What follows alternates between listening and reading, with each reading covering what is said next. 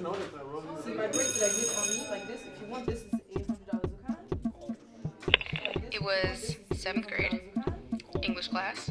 It wasn't first or second period because I remember being mentally present.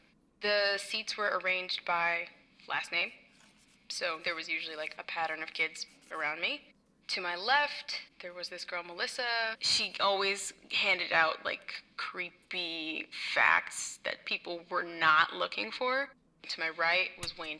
He was a goofball. He did the tuck your lip in and show your teeth thing a lot. Behind him was Heather. She was very about her business, kind of anal retentive. And the teacher was Mr. O. If you asked 12-year-old me, I would say he was 6 foot. He had this scholarly air about him. You know, had tea with dead poets on the weekend. But he did get made fun of a lot. He had one kind of cross eye, also pointed with his middle finger. So then two students would look at each other and be like, who is he pointing to? He always went, yeah, I think, yeah. Shortly after the start of class, he asked us to come to his desk when he called our last name. When I went up, he didn't immediately hand it back to me. He was holding onto it with both hands, looked at me, and asked me how long it took to write the paper. It felt like a rhetorical question. He asked, "Do you care about what you wrote about? Do you have any interest in this?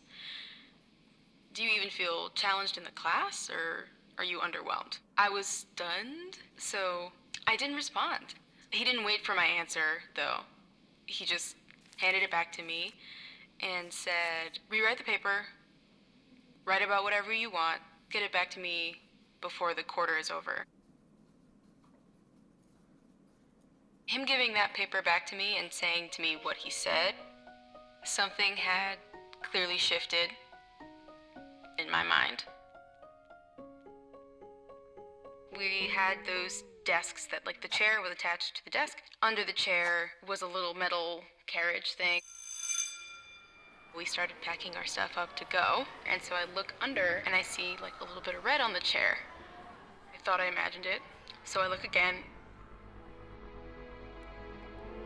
I just remember thinking, this is where I live now. I will eat, sleep, and receive mail from this desk. I was wondering if anyone else saw, and I was acting super paranoid, and Heather, she was sitting like right at the angle where if she just was looking at the back of my head and looked down, boom, like full view. She asked me something, maybe about the homework, and then I heard her say my name again, and then she said my name a third. She was like, "Rowena," and she was like, something about homework. I was like, "Not now, Heather," and she did not appreciate that. So I waited until everyone left. Where the whole breakdown starts for me is when he's sitting on the corner of his desk, looking at me, kind of wondering what I'm still doing there. He appeared in front of me, just facing me dead on. Like I said, he's pretty tall, so I think he thought I had a school-related issue. So he was like, "Do you have a question for me?" And I just shook my head no. And then maybe it sunk in that something was up. When he asked me, "Do you need help, or is something wrong?" the best way I decided to phrase it was, "There's blood on this chair." Which, looking back on it, felt super, super passive. Like, I could have said, like, "I got my period," or "my pad leaked," or some other, like, something that I took responsibility for the moment. So after I told him, we were still making eye contact. And he said, "Okay." And then we broke eye contact, and maybe that's when it clicked. He was like, "Oh, okay, all right." And then went to his desk and got his jacket, which is the super puffy black winter coat. I wrapped it around my waist. He just kind of gestured and left. I was so embarrassed. And I didn't even know what to make of it. But I really wanted to know what he was thinking. What did he think of me? So, 13 years later, I asked him. It wasn't the end of the day, I don't think. But I remember everybody leaving, And I guess I asked you, are you all right? Or I think you just said something like there's blood on the chair. At that point, I just, okay. No problem. And I seem to remember tossing my jacket to wrap around your waist or something like that, and said, just go take care of yourself and don't worry about it.